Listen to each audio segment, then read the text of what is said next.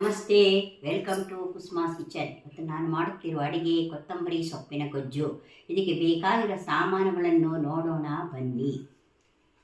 1 cut ಕೊತ್ತಂಬರಿ ಸೊಪ್ಪು, 2 ಚಮಚ ರಸಪುಡಿ, 2 ಚಮಚ ಬೆಲ್ಲ, 1 ಚಮಚ ಧನಿಯಾ, ಸ್ವಲ್ಪ ಹುಣಸೆಹಣ್ಣು, ಸ್ವಲ್ಪ ಇಂಗು, ಉಪ್ಪು, ಒಗ್ಗರಣೆಗೆ ಸಾಸಿವೆ, ಸ್ವಲ್ಪ ಎಣ್ಣೆ.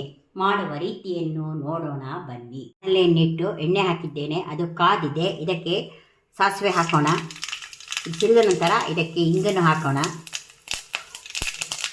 ಇಂಗನ್ನು ಹಾಕಿದ್ದಾಯಿತು. ಈಗ ಕೊತ್ತಂಬರಿ ಸೊಪ್ಪನ್ನು ಹಾಕೋಣ. ಕೊತ್ತಂಬರಿ ಸೊಪ್ಪನ್ನು 5 ನಿಮಿಷ ಬಾಡಿಸಿದ್ದಾಯಿತು. ಈಗ ಹುಣಸೆ ರಸವನ್ನು ಹಾಕೋಣ.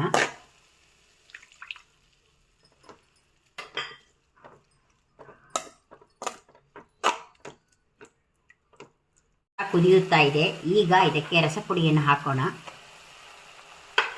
ಧನಿಯಾ ಪುಡಿಯನ್ನು ಹಾಕೋಣ, ಬೆಲ್ಲವನ್ನು ಹಾಕೋಣ, ಸ್ವಲ್ಪ ಉಪ್ಪನ್ನು ಹಾಕೋಣ.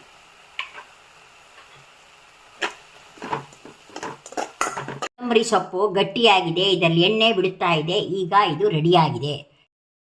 ಕೊತ್ತಂಬರಿ ಸೊಪ್ಪಿನ ಗೊಜ್ಜು ರೆಡಿಯಾಗಿದೆ.